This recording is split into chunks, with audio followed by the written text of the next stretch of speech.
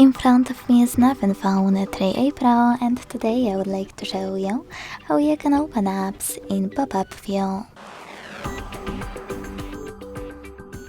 Begin by selecting an app to use in this view and launching it in the background.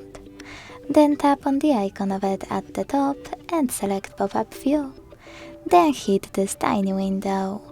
As you can see now, I can use my app in this little window. To move it around, you need to hold it and drag it. To minimize it, click at the top left corner and then tap on the bubble to access it again.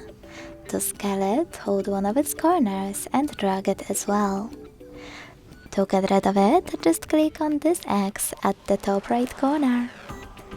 Thanks so much for watching. If you enjoyed this video, don't forget to leave a like, comment and subscribe. Bye!